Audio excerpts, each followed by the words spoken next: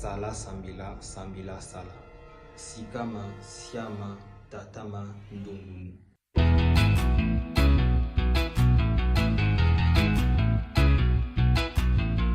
Bonjour à tous et bienvenue sur ma chaîne YouTube pour cette nouvelle vidéo.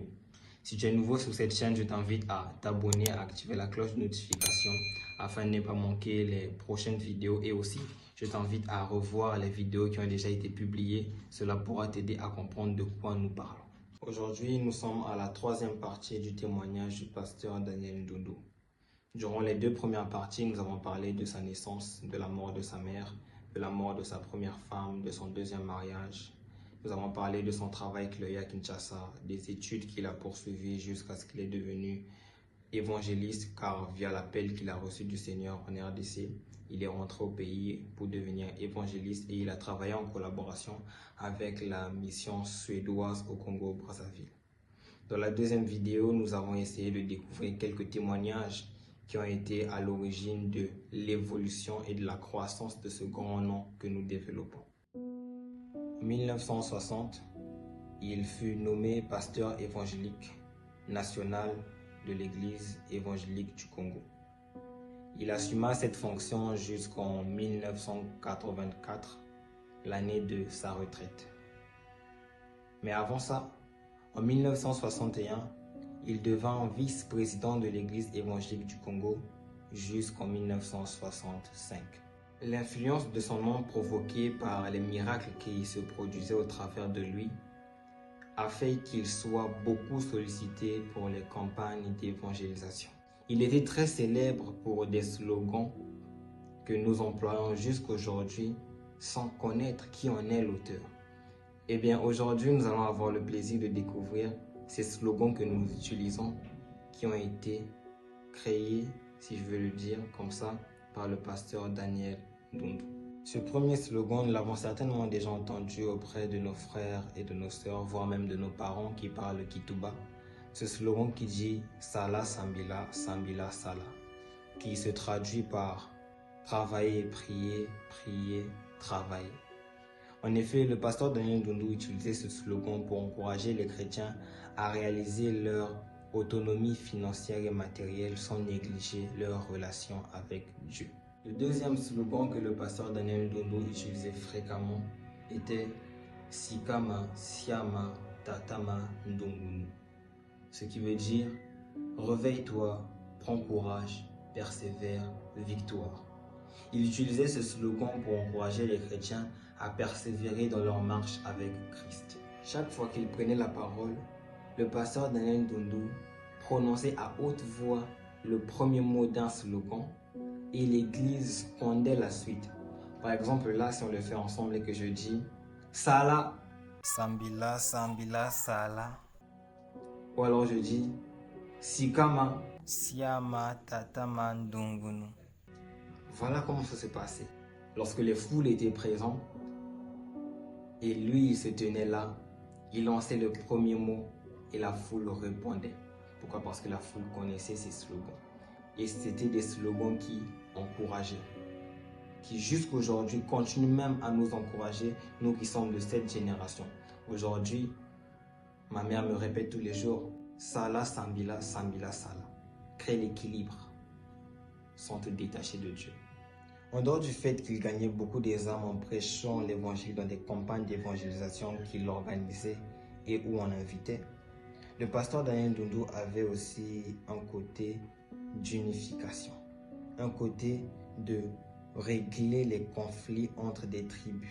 En dehors de quelques conflits internes à l'église qu'il réglait, en dehors de l'évangile qu'il prêchait et des miracles qu'il produisait, le pasteur Daniel Ndundu se battait pour l'unité des chrétiens, peu importe leur groupe ethnique. Les années passèrent et Dieu continuait à utiliser le pasteur Daniel Ndundu puissamment. Malheureusement, en 1984, sa santé commença à se dégrader suite à un AVC causé par une hausse de tension. Suite à cela, en 1985, il fut évacué en France à Paris pour des soins médicaux.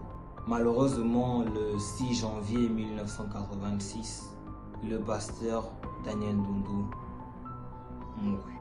La nouvelle de sa mort a été un grand choc pour les Congolais parce que nous devons noter que le pasteur Daniel Ndundu est un homme très remarquable, utilisé puissamment par Dieu en conduisant plusieurs Congolais vers la foi chrétienne. Le docteur Ephraim Anderson de la mission évangélique suédoise au Congo français, qui connaissait personnellement le pasteur Daniel Ndundu, dit ceci après sa mort. Le pasteur Ndundu possède un don très spécial pour le ministère pastoral. D'une manière qui lui est propre, il peut amener des personnes à la repentance, à la confession de leurs péchés, à la conversion. D'une manière qui lui est propre, il peut aussi les réconforter et les affermir de nouveau.